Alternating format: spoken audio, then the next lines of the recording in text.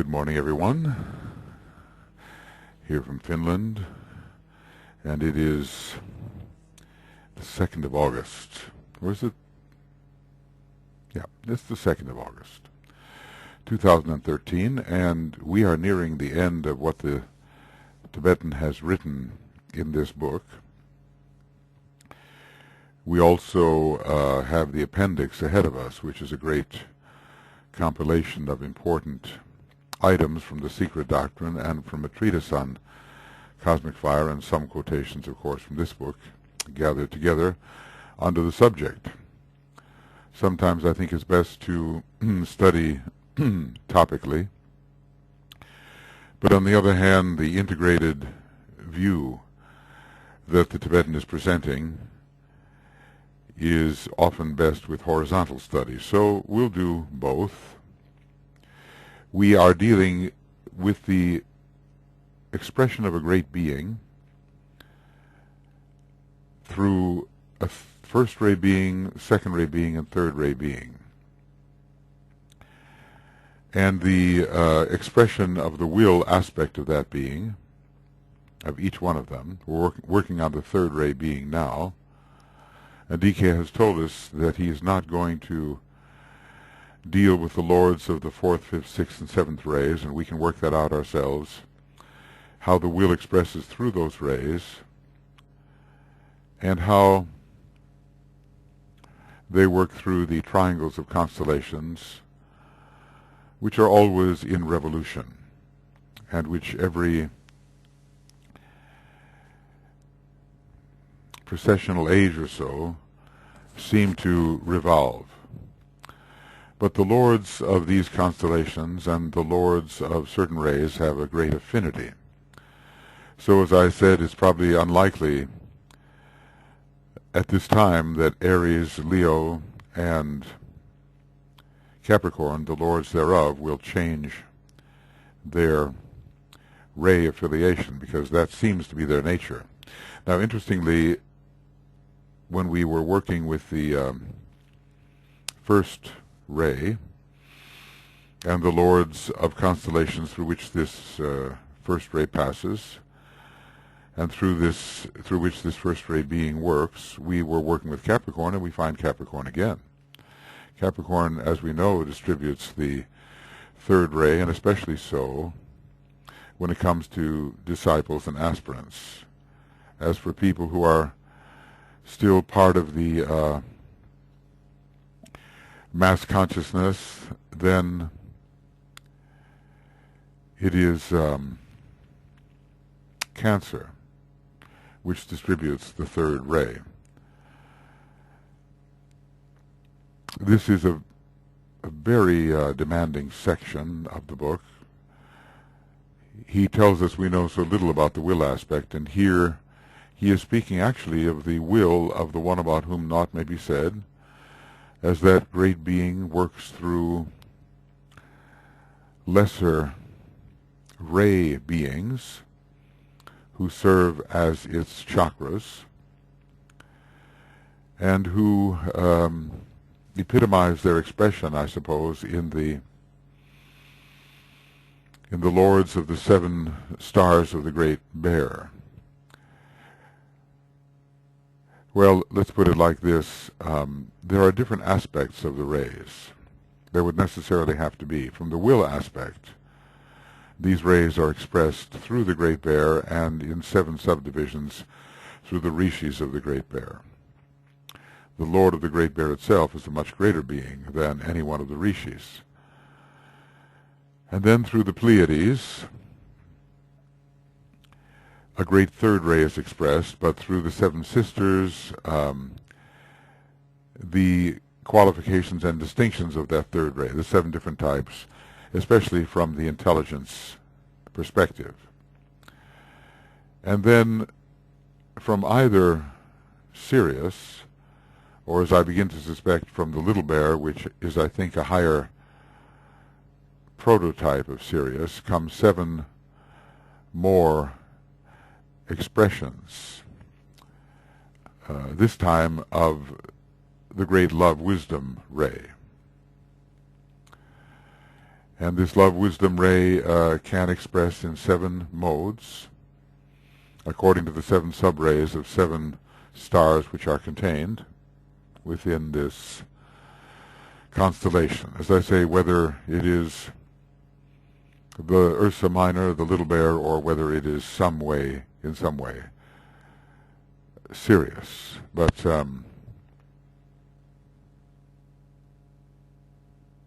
I also suspect that the 7 great stars of Orion may be involved.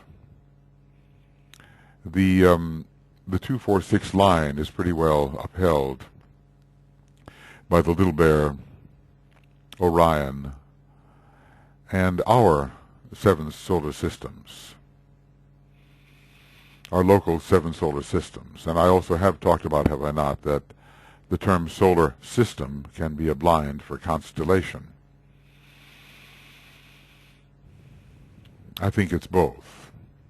That there are 7 local stars, of which ours is one, and that these 7 local stars form a constellation, or a chakra, in the one about whom naught may be said. But there are also 7 great systems of stars, 7 stellar systems, which are constellations and chakras, in the one about whom naught may be said, and these 7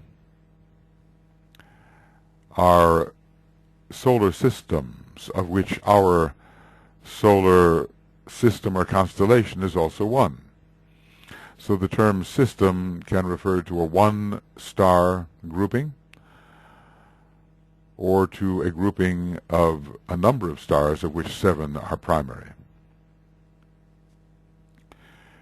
We have here the working out of the conditioning will, sometimes called the will to initiate, the will to fulfillment, and the conquering will, the will which conquers death.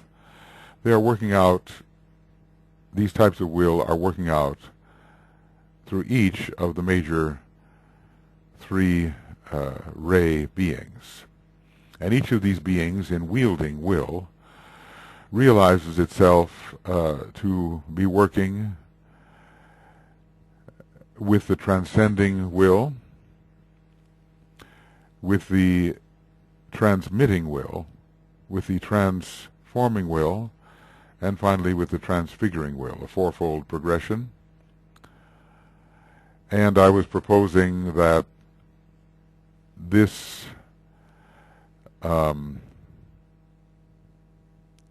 progression is found in relation to every ray, to the will expression through every ray, by every ray lord, and that the 3 types of will, which are the conditioning, the fulfilling, and the conquering, can be found in relation to every sign of the zodiac. But perhaps each sign has a special affinity with one or the other, just as in the first ray triangle, Aries has the special affinity with the conditioning will, conditioning life through circumstance. Leo has the special affinity with the will to fulfillment, and Capricorn with the will which conquers death. We're dealing with the great movement and power and intention of superior lives, lives superior even to the lords of the constellations. We have our lesser reflections here on our planet, and through Shamballa. But DK has given us a very big picture. Of course, he has also made it possible for us to look at the analogy. Here we find these forms of will operating on a cosmic basis, at the very least coming from a cosmic entity, the Great Bear, and from one of his stars, but As I say, I feel that the stars are as if blinds for still greater entities that distribute a more powerful expression of the ray concerned. And then the analogy that we're given is in diagram 5. And we see how an inner light chart can be created for the individual human being, beginning with the monad as the cause, working through the spiritual triad and then through the human soul, and then through the transfiguring centers which eventually transpose the man into the triadal worlds of true livingness. And this inner light chart, of course, would be different for every human being at different stages of evolution, and the rays would affect the chart, the powerful rays, and there would be degrees of unfoldment of each of the cross-hatched or blacked-out areas. Right now we just see that they are involved, but there are different degrees of involvement. So we've been tracing the will now and its expression, the ray will, as it were, through 3 types of will: conditioning, fulfilling, and conquering. And we've been watching this ray will expressed through a ray triangle. We are now in the 3rd ray, a grouping of constellations, and again we're encountering Capricorn, but it's a different Capricorn than we encountered in relation to the first ray zodiacal triangle, and the first ray being expressing through it. Capricorn, this constellation stands for the influence which will carry the Will of Shamballa to the hierarchy or to the world of initiates, giving them that dynamic and enterprising spirit which will enable them to carry forward to completion the will of God on earth. So we see there is always with the 3rd ray the factor of working on earth with circumstances, with conditions in the 3 lower worlds. There's a downward pointingness to Capricorn, and it is a manifestational sign. It does carry to disciples and initiates the 3rd ray. It also carries more, or transmits more, of the 7th ray at this time than any other constellation. So it orients the hierarchy towards the carrying out of the will, which came from the transcending source, carrying out of that will of God on earth. It was the angel born under Capricorn. Maybe that's a hint about the qualitative aspect of angels. Hints read the qualitative aspects of angels, which came to Christ in the Garden of Gethsemane and fused his individual will into the divine will, and thus enabled him to carry out his mission to completion. So Christ was greatly assisted, apparently, by this Capricornian angel. The angels can be agents of fusion, and sometimes I think in the presence of devas one feels that a unification with subtle energies is proceeding. Their presence brings about unification. The presence of the angels brings about unification. I can't get into all the variety of the different angels. Maybe there are some discrepancies, but in general, the kinds that are seemingly invoked during Masonic rituals, church rituals, rituals for the New Age seem to have this fusing power. So there is a a great connection between Capricorn and the will. It is a major first ray sign, but also along the first ray line, it gives the will to manifest and the will to, under the third ray, and the will to manifest with perfection under the seventh ray. So it enabled him to carry out his mission to completion. It is not so much emphasized, the assistance that Christ, Lord Maitreya, received in the garden.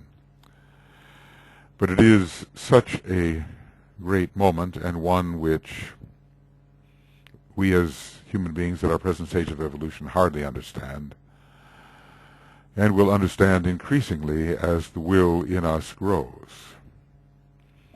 Just as we understand the science of triangles as the effective triangle exchanges in our etheric body are established. So this was not only the revelation of divine love to the world, as the legend in the Master's archives goes on. He came to fabricate the gossamer thread, which bound the two together and linked the place of the Most High, Shamballa, with the holy city hierarchy. So there's a great will function in the Christ. We've seen that will is not just a matter of the first ray. There are different ray types of will.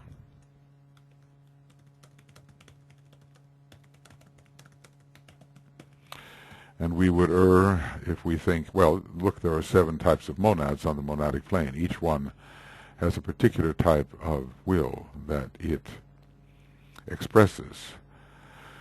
And we could attach the 7 types of will we've been studying.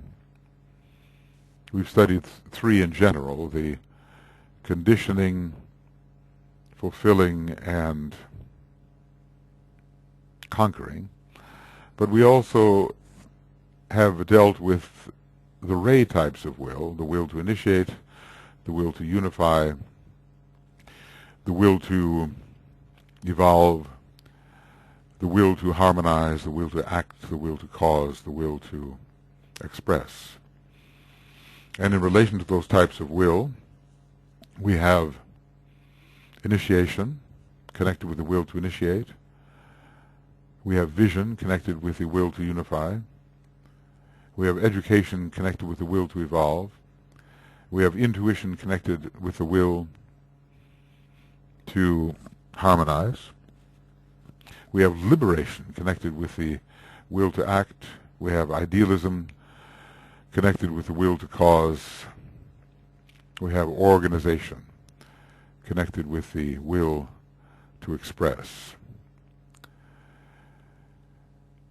These are very high matters. They are really understood by the members of the hierarchy.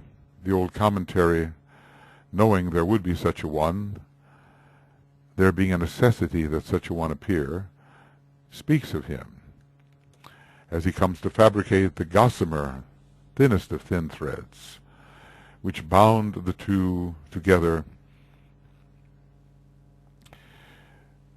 and linked the place of the Most High with the holy city. So in fact, he was carrying out a function for hierarchy, even more than for humanity.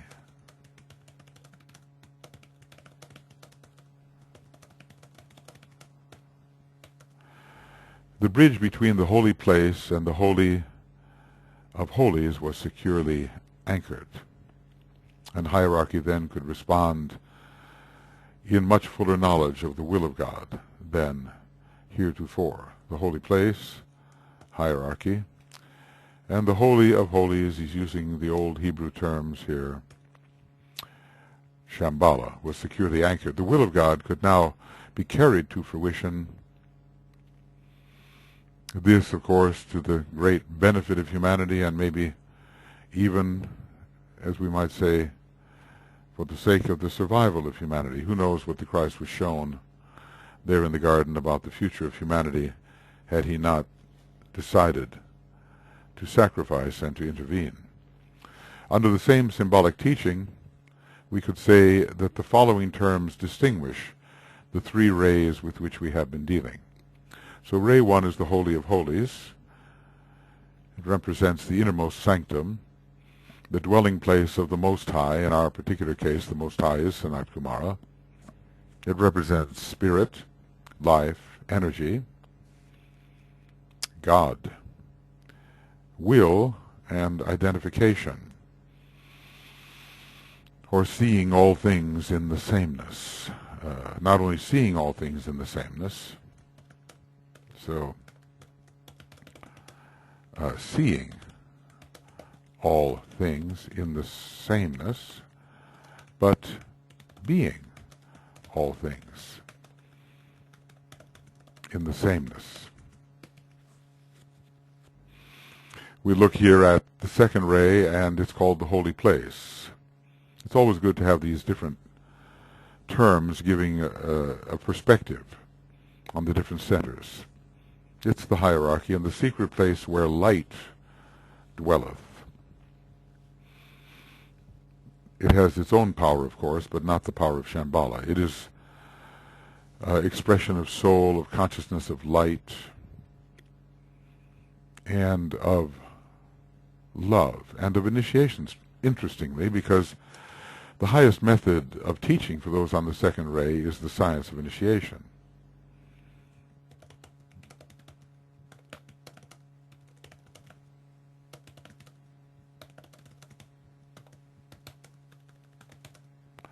Is the science of initiation. Now, interestingly enough, the will to initiate and that type of will which is conditioning and also initiating is associated with the first ray. But this is, we're dealing with here initiation as an expansion of consciousness and a deepening and a fusing into a condition or a state which pre-exists, a merging.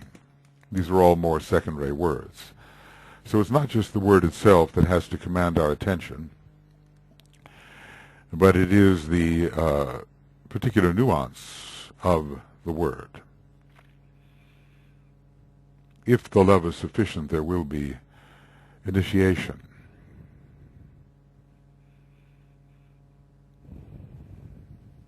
The barriers will fall away, melt away, and we will find ourselves on both sides of the door through the power of love. So through love and service, initiation is guaranteed. Love has that quality of omnipresence about it. I've recently realized, between the second and third ray, I've often found many interchanges. Even though DK says they work with difficulty together, I think it's because in my own nature I have a lot of both of these rays.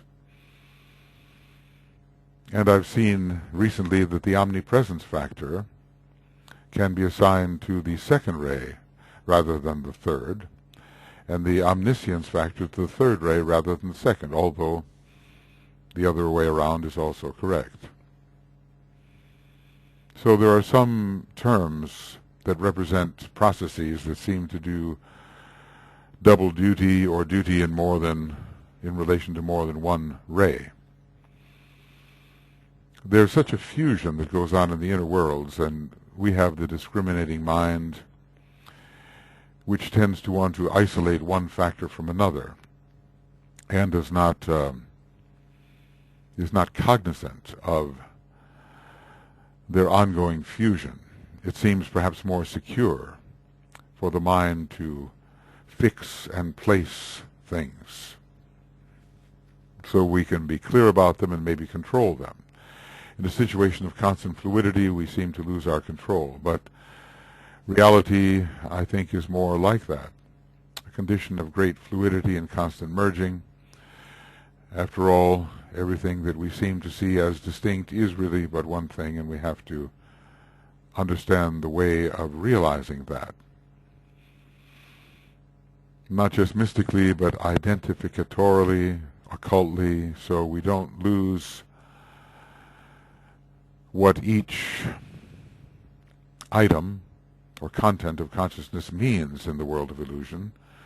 It doesn't become a mass blur. Everything retains its function in the world of illusion, and yet the sameness or identicality of all things is perceived along with the distinctness and the function, which are seen, of course, as secondary to the identicality. So initiation then can be a second ray word. If we were to look here in Esoteric Psychology 1, and we were to, let's see, the science of initiation. Well, we're not going to find it that way. We're going to find associated word under city planning. But here it is. These are the each of the rays, each of the great rays has a form of teaching truth to humanity, which is its unique contribution. That's page 50 in Esoteric Psychology. It really would be worth going over this book in the same meticulous manner. Well, it seems meticulous to me. I know there are a lot of loose ends, of course. But each of the great rays has a form of teaching truth to humanity, which is its unique contribution, and in this way develops man by a system or technique which is qualified by the ray energy and is therefore specific and unique. And let me point out to you the modes of this group teaching, and here we have not the science of it, but the process of initiation as taught by the hierarchy of adepts. That's the higher expression for the second ray. And the lower expression is religion, but we'll see that in the sixth ray as well, won't we?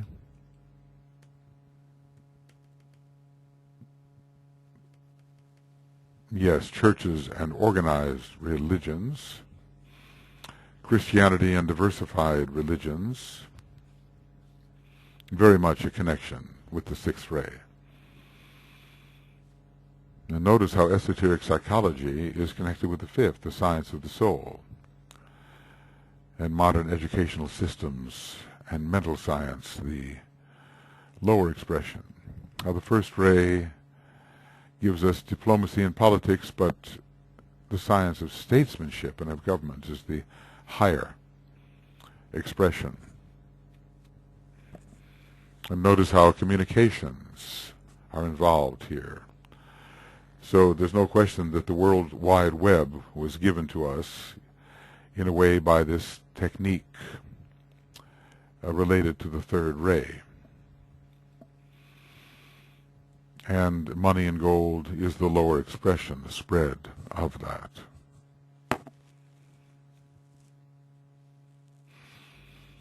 As a form of teaching truth to humanity. So, rendering things vocal on the third ray line. And the Masonic work, curiously, is related here to the fourth ray based on the formation of the hierarchy, and is related to the second ray with its process of initiation. And then architectural construction, modern city planning, all of this is related to the fourth ray, I suppose, seeking harmony through the forms in which men find their habitat. And the seventh ray will be white magic and lower form spiritualism of phenomena. So the process of initiation is closely allied to the second ray.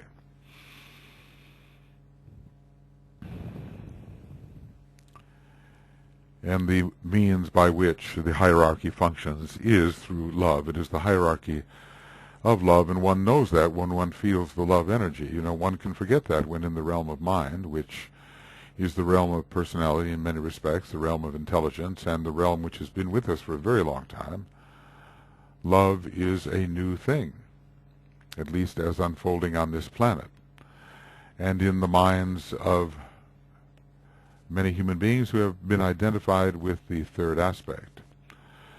But we remember that the rays of humanity either are now soul and personality 2 and 4, or soon will be. And then the outer court, the tabernacle in the desert.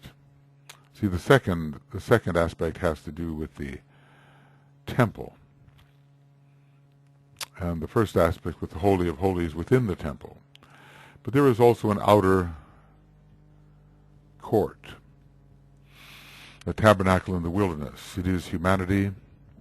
It is exoteric. The third ray is always considered exoteric when considering the first two rays. And the first two rays rule the first two planes of any sevenfold system of planes, and the next five are exoteric and are ruled by the third ray. But we have Christ in us, the hope of glory, so the great being is within form, and the form will be glorified. So we have form, appearance, body, intelligence, individuality, but the glory is coming. And the glorification of the form is the transfiguration. The glorification of the form as transfiguration.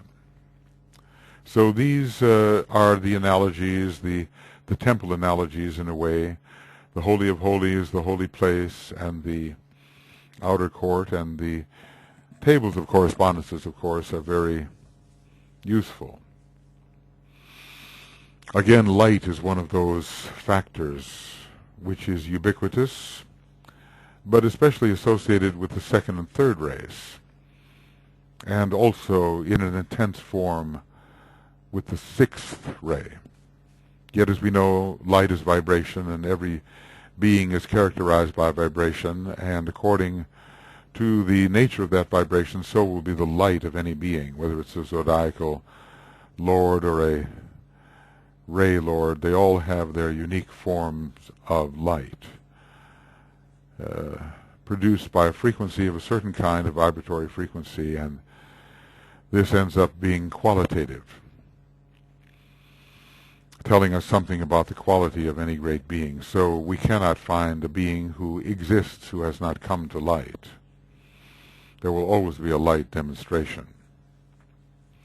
But there is this interchange. Maybe the interchange between the second and third ray exists because at the present time they are really in the process of fusing in humanity and on our planet with its second ray soul and third ray personality, and in our solar system as well, which is carrying over so much of the third ray energy from the previous solar system and is now attempting to develop and express the cosmic consciousness, the cosmic soul. When you think about cosmic consciousness, it's the great lords of planets and stars and beyond who have it. It's not man, although man can have a huge expansion of consciousness, which, because he cannot co-measure so well, he calls it cosmic. So this, these three, the following terms distinguish the three rays with which we have been dealing, the following terms. And we've gone over them. Remember, nevertheless, that these three are one. We always want to make discriminations, but with respect to the Trinity, in any divine Trinity, the three are one. Behind all of them stands forever the one who remains, transcendent and immanent also, greater than our whole, and also, yet also within that whole. So via isolated unity, we detect and discover that transcendent, immanent whole. We really have to learn how to think in terms of fusion. The concrete mind separates things and ignores the transformational flow. That we're really dealing with one substance in many modes. And these modes are not isolated from each other. The many modes of the one substance are not isolated from each other. Maybe he's going to say a little bit about the other rays. He was going to say really very little, in a way. But he seems to want to mention something. Through Ray 4, we learn to be at one with this eternal synthesis and will. The opposites are united. Through Ray 5, we develop the means to understand the nature of that synthesis and will. I guess he's talking about, when he speaks of synthesis and will, he's talking about the transcendent, immanent one. When DK speaks of synthesis and will, he is, in this context, speaking of the transcendent one and the who is the immanent one as well. So through Ray 4 we learn to be at one with this eternal synthesis and to reconcile all dissonances which prevent us from being at one in the eternal synthesis. And through Ray 5, we develop the means to understand the nature, the manner of the energetic interchange in that synthesis. The manner of the energetic interchange in that great synthesis.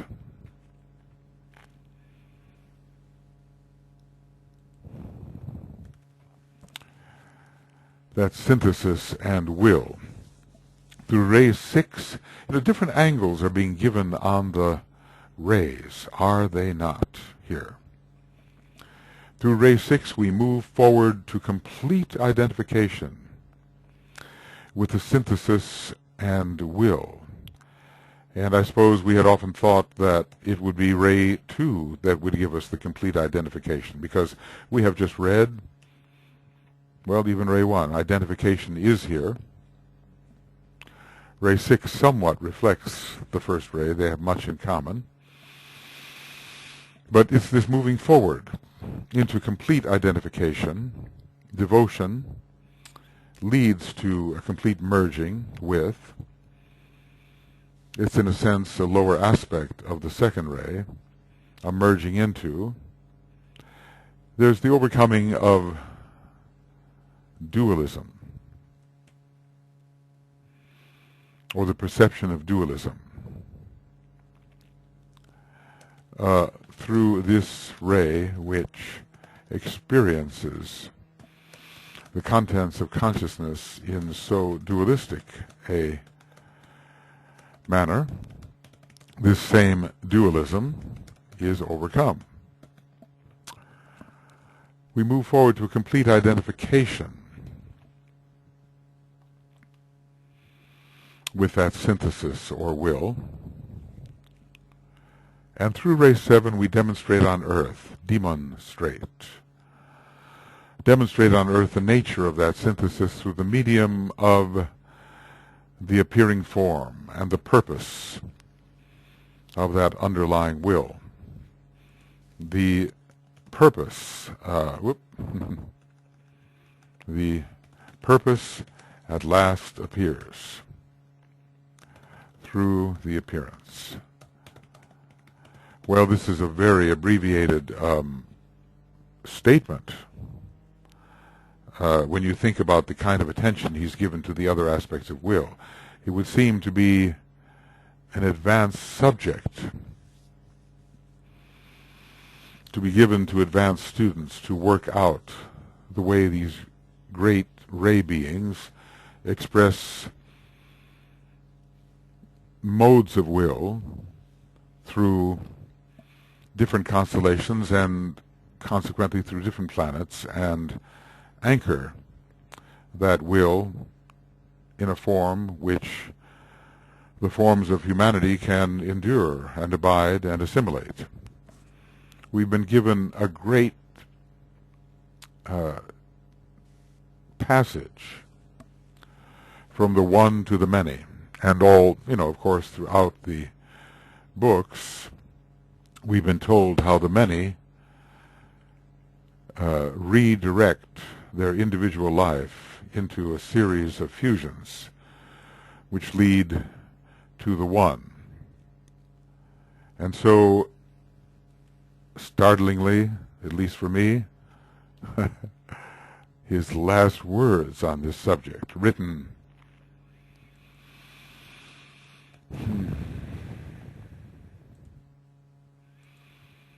at the very close of the book, because what follows now is the appendix, and so the many are absorbed into the one.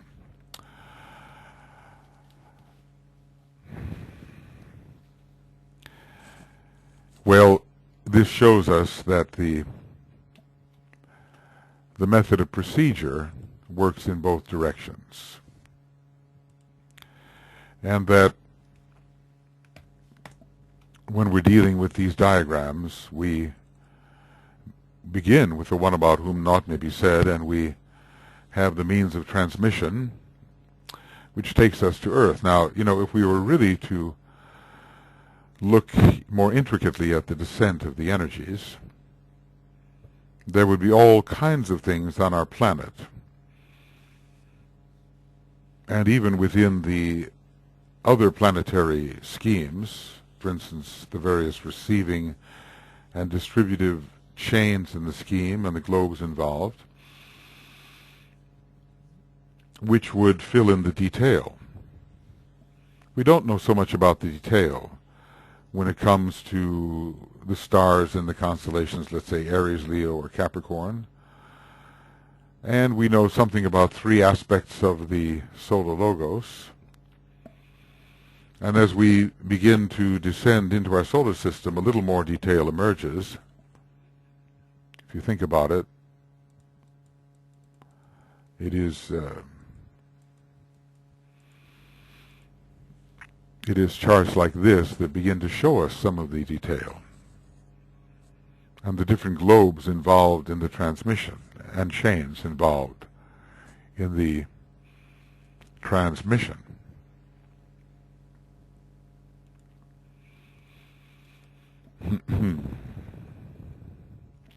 So this kind of map that we have here is simply a suggestive outline of the way in which the highest energies of our local cosmos system confer themselves upon lesser energy sources, which are their emanations, and develop a method of expressing through and through. So the highest and the lowest do actually meet. That's what this double diamond is showing us, this Dorje, that the highest and the lowest meet. And the highest, in this case, is the one about whom naught may be said, in whom the lords of constellations are as petals in his 12-petaled heart in the head center. But we know the constellations of the zodiac through the signs of the zodiac and the planets. They do affect little man and all the kingdoms here on this little globe. And gradually our consciousness grows to understand how this may be. When we're dealing with will, we might say that will is all about the passage of the energies and the patterns which the energies create and sustain and later destroy. We're dealing with movements, energy, force, movement.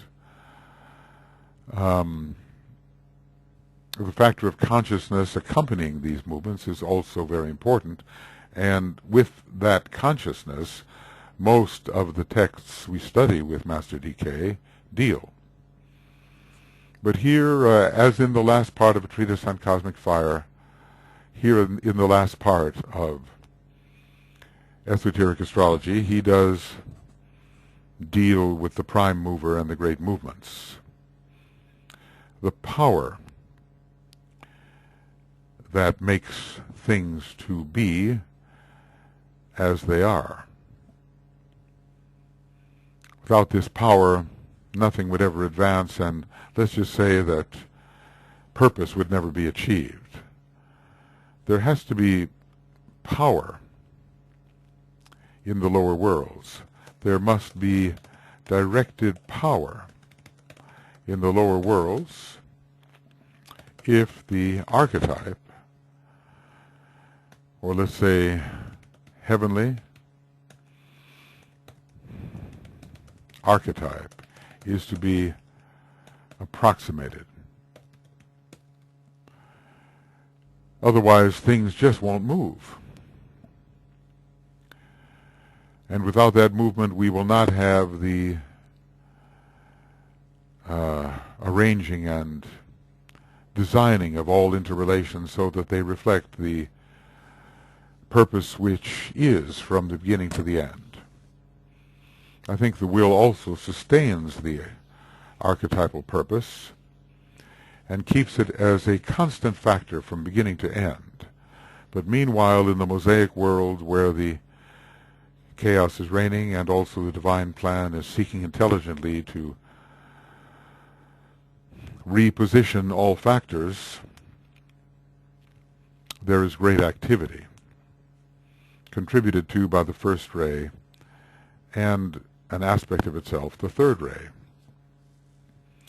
The ray of arrangement, whereas the seventh ray is more the ray of accurate arrangement. The general impulse towards mutation is governed by the third ray.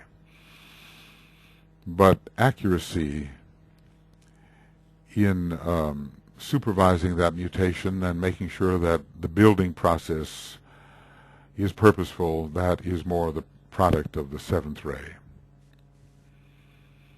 We little human beings, we are engaged in a huge system of energies, and we are ourselves an emanated energy unit in the One.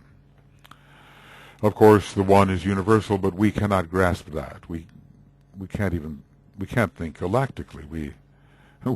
We're very local thinkers. Though the one about whom naught may be said, it's a protean term applied to many different levels of entity, but even applied to the great entity who uses constellations as chakras, it is the entity over a small space and for a small time, relatively considered. And yet it is so expansive in a way that we can know really nothing about it. But all of our life is living and moving and having its being within this one about whom naught may be said. I'm sometimes called the Syrian system of 7 major stars with a couple others accompanying, like Beta Centauri and maybe Sirius B. I've sometimes called it a one about whom naught may be said level 1, as if it's closer to us. And so much is hidden regarding the 7 solar systems. DK says we cannot discuss it. But then, he blinds it, because about this system in which 7 stars would exist, a constellation in which 7 stars, major stars, would exist, we can say a fair deal, but about the 7 solar constellations, constellations as systems, of which our constellation as a system is one, about that we can say just about nothing. So there was this section in the book where we were dealing with, again, with systems, and you begin to wonder whether he wasn't talking about constellations within the one about whom naught may be said. The same term can mean more than one thing, and it's the concrete mind which wants one term to mean one thing and one thing only. And we do not get the diversity of applications to the many things that one symbol can stand for.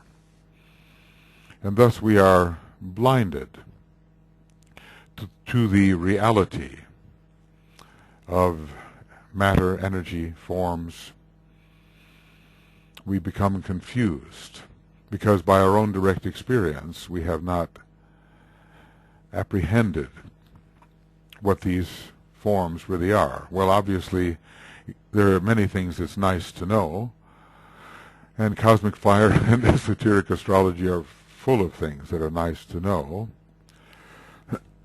Excuse me. But we have to be the intelligent participator in all of this web of interrelated energies, and to carry out our microcosmic purpose, which of course maps of this nature help us do.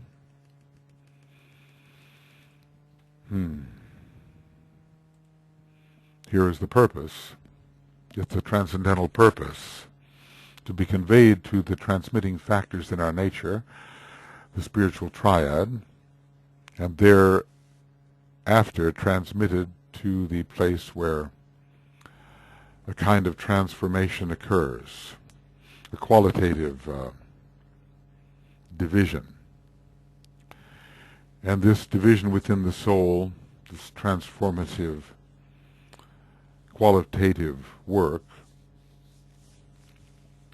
is then sent to the transfiguring centers which change our configuration and change the dimension in which we operate.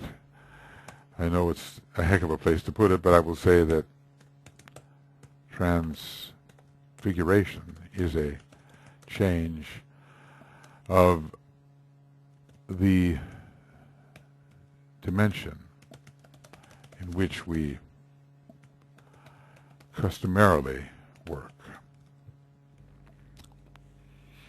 It's a vast teaching. 30 years DK worked with Alice Bailey. What a labor for her. For him, a labor of love, as he said, and for her, a labor. In the days of the typewriter, she must have been very good. 7 pages of closely spaced type every session, something like that. And what is presented is the seed of many further apprehensions. Those who ponder on the teaching find what lies behind what DK did present. The presentation itself, though vast, is the merest seed of what can be apprehended when the hints are followed and the pondering goes in great depth. So we have this teaching which turns upon itself. It re-aspects all of itself. Every aspect of it comes into relation with every other aspect. It is, we have an interactive teaching.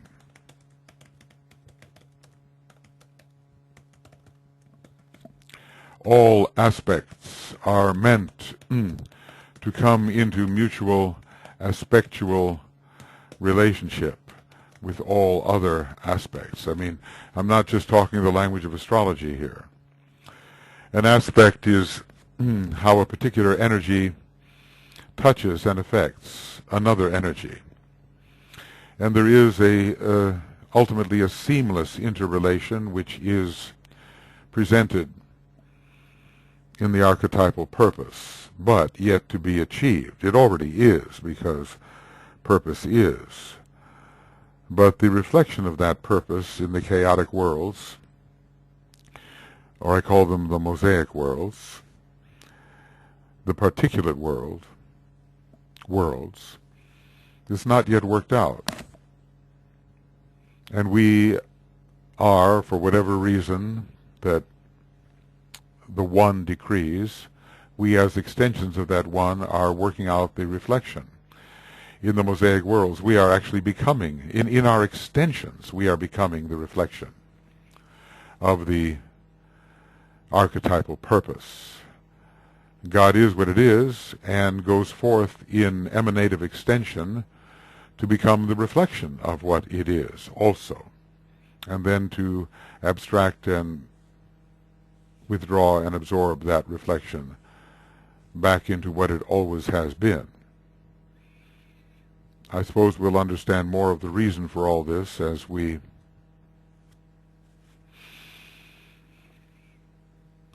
realize our nature as spirit more fully.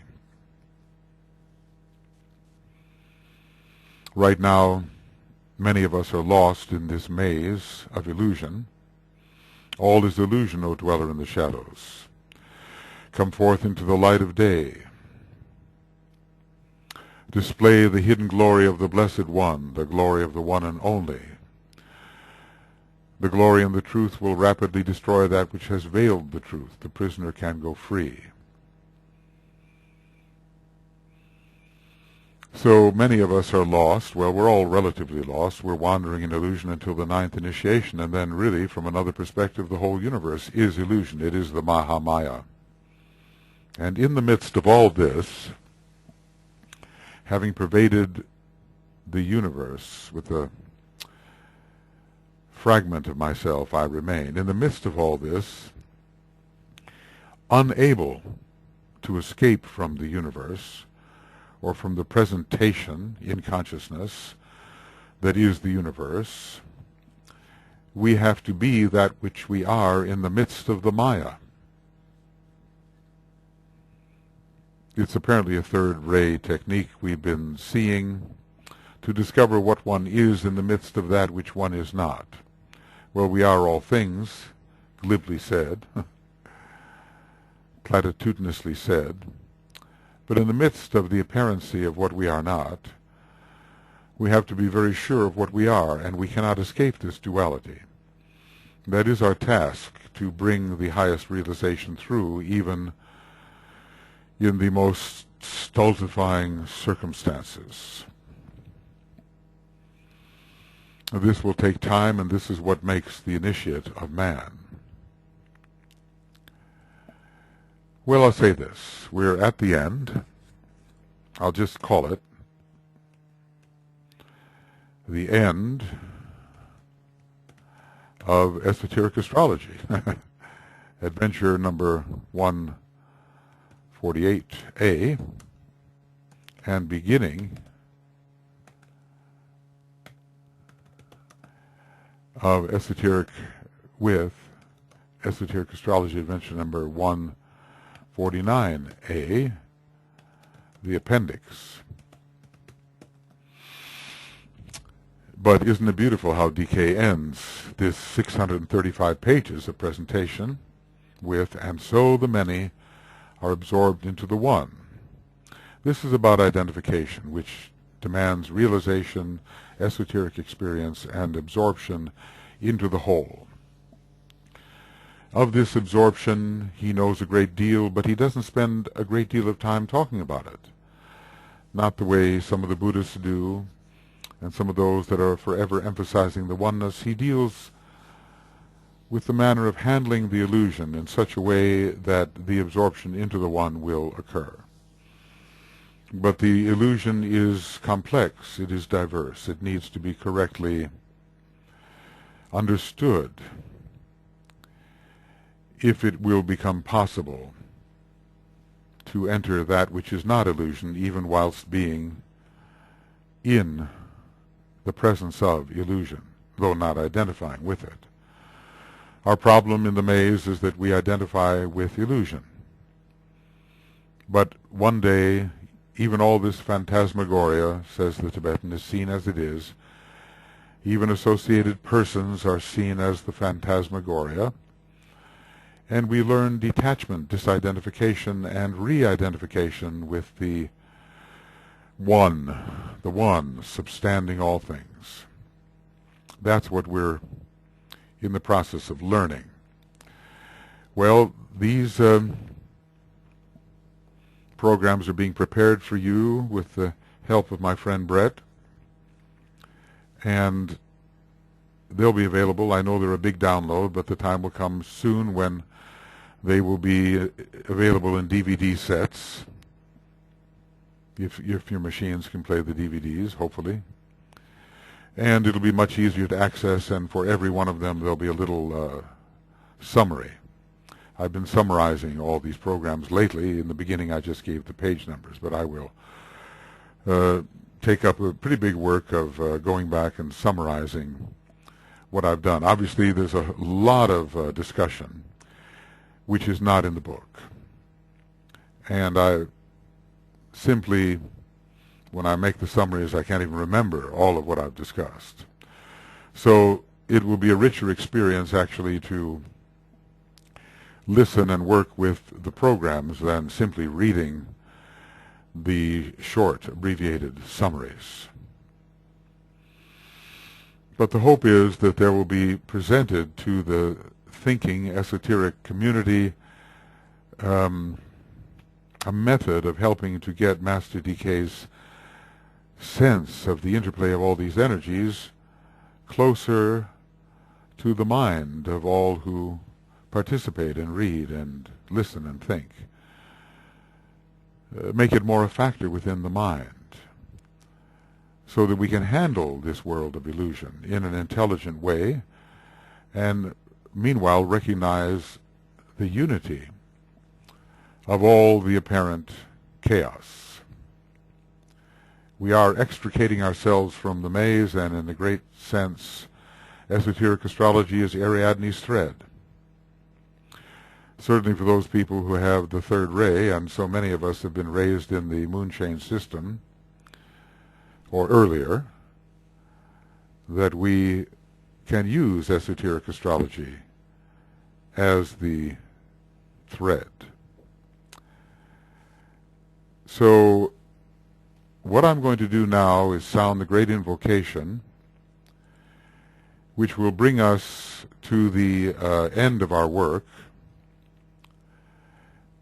and then at a time that is convenient and possible, go on to the appendix, which will work to help summarize much of what we have done. And so here we go with the great invocation, the most important instrument we have at this time for correct preparation for the externalization of the hierarchy and the reappearance of the Christ. And I'm sure it will be used for many years throughout the Aquarian age, because there's much to be done here, stanza by stanza. And we will be working out the divine plan throughout the Aquarian age. And until the judgment day comes, we will still have this contest with the forces of obstruction. And it will take place on our planet, even though the origin of these forces is cosmic. So this invocation will have great utility for a long time.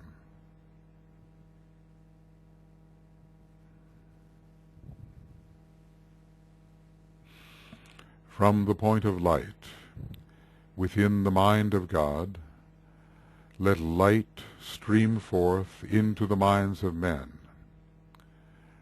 Let light descend on earth.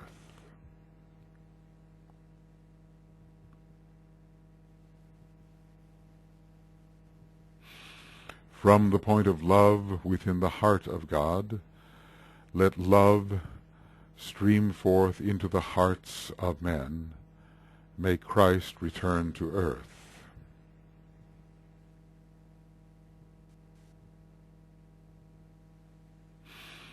From the center where the will of God is known, let purpose guide the little wills of men, the purpose which the masters know and serve.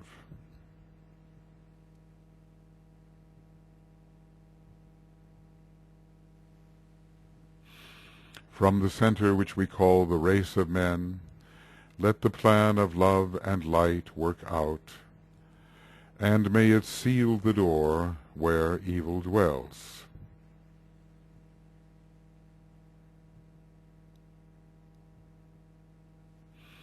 Let light and love and power restore the plan on earth.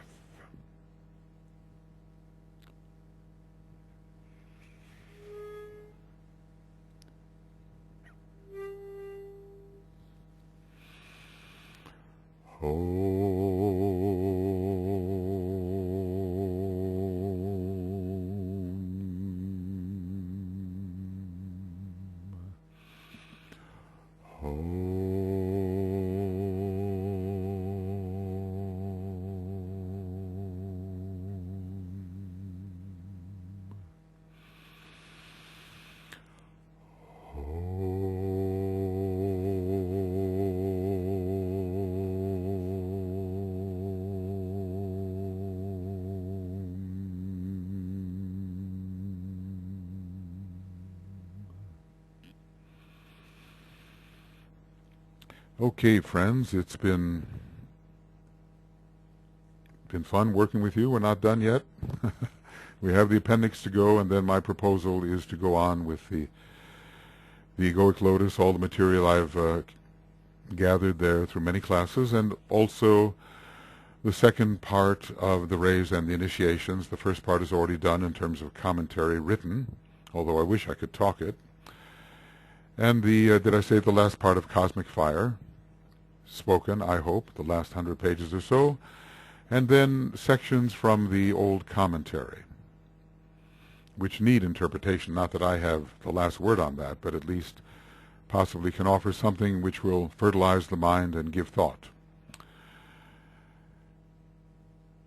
And then, if it's possible, might be able to do a book on physiognomy, one of these books where we look closely at the face of people and see the rays expressing through the face, if we can, the rays and the signs. That's kind of what I'm looking forward to.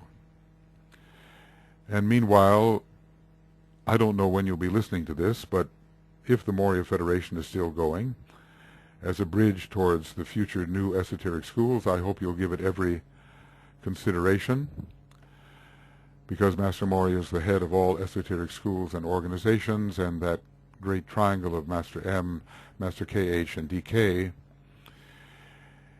is doing a huge work in bringing the ageless wisdom to humanity,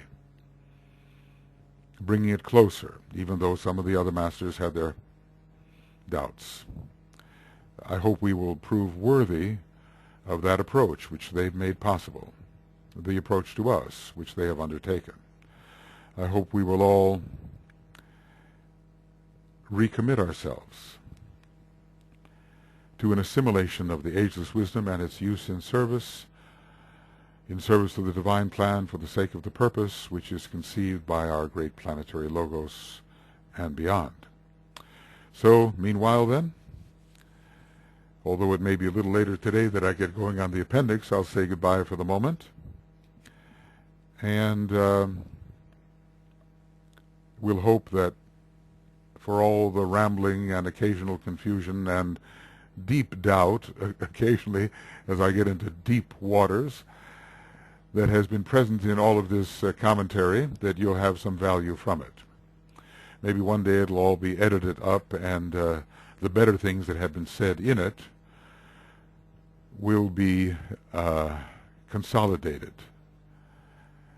so that you won't have to listen to 250 or 300 hours of the spoken word.